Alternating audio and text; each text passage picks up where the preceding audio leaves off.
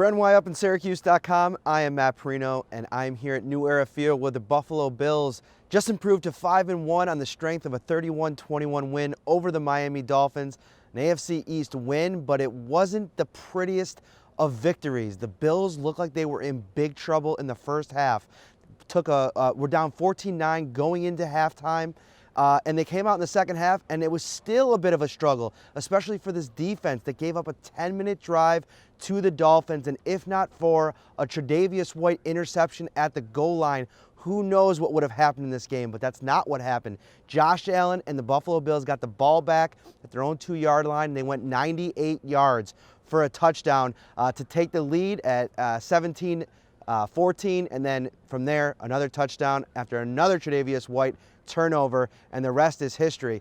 But unpacking this game a little bit, I mean, there's a lot to look at. First of all, we'll start on the defensive side of the ball because that's where I've spent the most time after this game kind of dissecting what happened here. And, you know, we talked to Lorenzo Alexander, who's always so forthcoming with the details, the nitty-gritty of what happens on the defensive side of the ball. And he said, listen, it was simple. We came out slow. We didn't execute. We gave up big chunk plays. And when you give up big chunk plays in the passing and the run game, they're going to score points, the opposing offense, and that's what they did. Ryan Fitzpatrick put up 280 yards, touchdown pass. Kalen Ballage had a rushing touchdown, and then Fitzpatrick himself had a rushing touchdown in this one.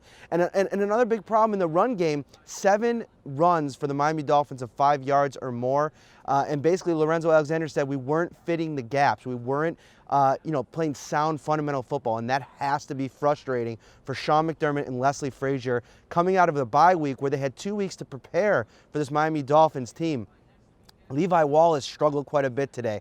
And I say struggled, he was picked on a little bit, but I talked to Tre'Davious White in the locker room, and he said, listen, that guy practices hard. We have confidence in him, and some days you're just not going to be at your very best. And so we'll see how he bounces back from it, but it's nice for Levi Wallace, a second-year undrafted free agent, to have Tre'Davious White on the other side of that defense, who is just an absolute playmaker. And that interception, I mean, he read Ryan Fitzpatrick's eyes.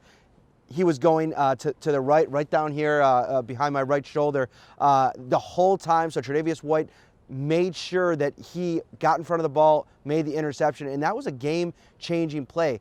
But what it did was it gave this Bills offense, which was kind of sputtering a little bit in the first half. I mean, they were moving the ball. There was some yardage, as has been the narrative for weeks and weeks and weeks here as we've gone through the season. The yardage has been there, but the points have not, and that was the same storyline in the first half. Second half, Josh Allen gets the ball at his own 2-yard line, goes 98 yards, and makes an unbelievable throw to John Brown to open up the touchdown scoring for the Bills after 3 field goals in the first half.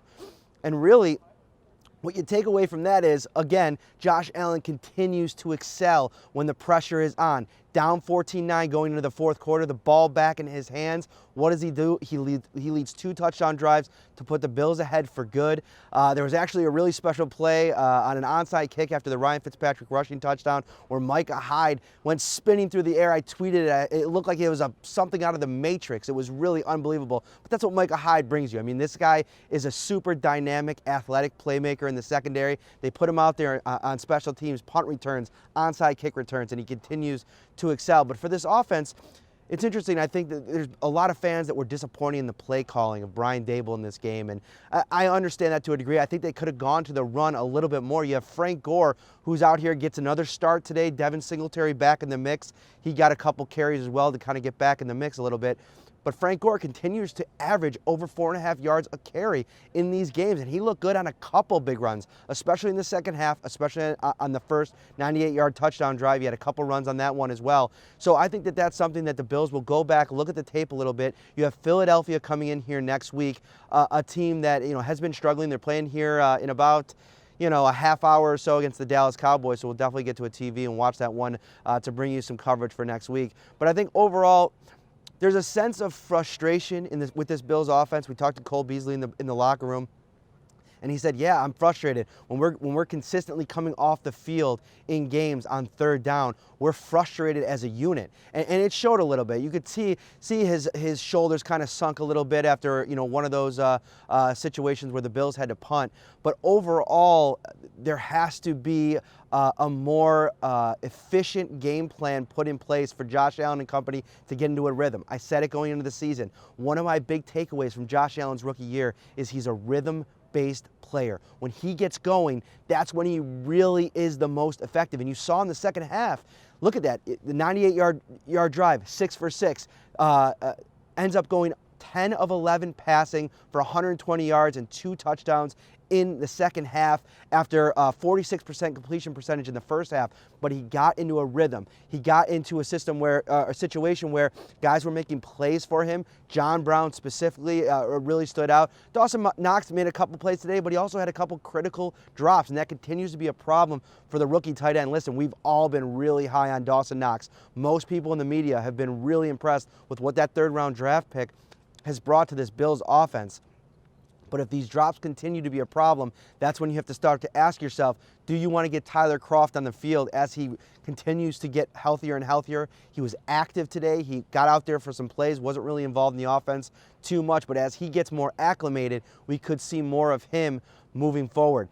Well, that's it, guys. 5-1 for the Buffalo Bills. I think all things being said, if you're a Bills fan, you have to be thrilled with where your team sits at 5-1. 2 more home games coming up on the docket. The Eagles next Sunday, then the Washington Redskins, and then it's on to Cleveland for a major showdown between 2018 drafted quarterbacks, Josh Allen for the Bills, Baker Mayfield for the Cleveland Browns. It is going to be so fun to bring you guys all of this coverage for your team. 5-1. Exciting game today, a little bit more exciting than I think a lot of Bills fans were hoping for. But as always, for all your Bills content, keep it locked on to NY Up, Syracuse.com.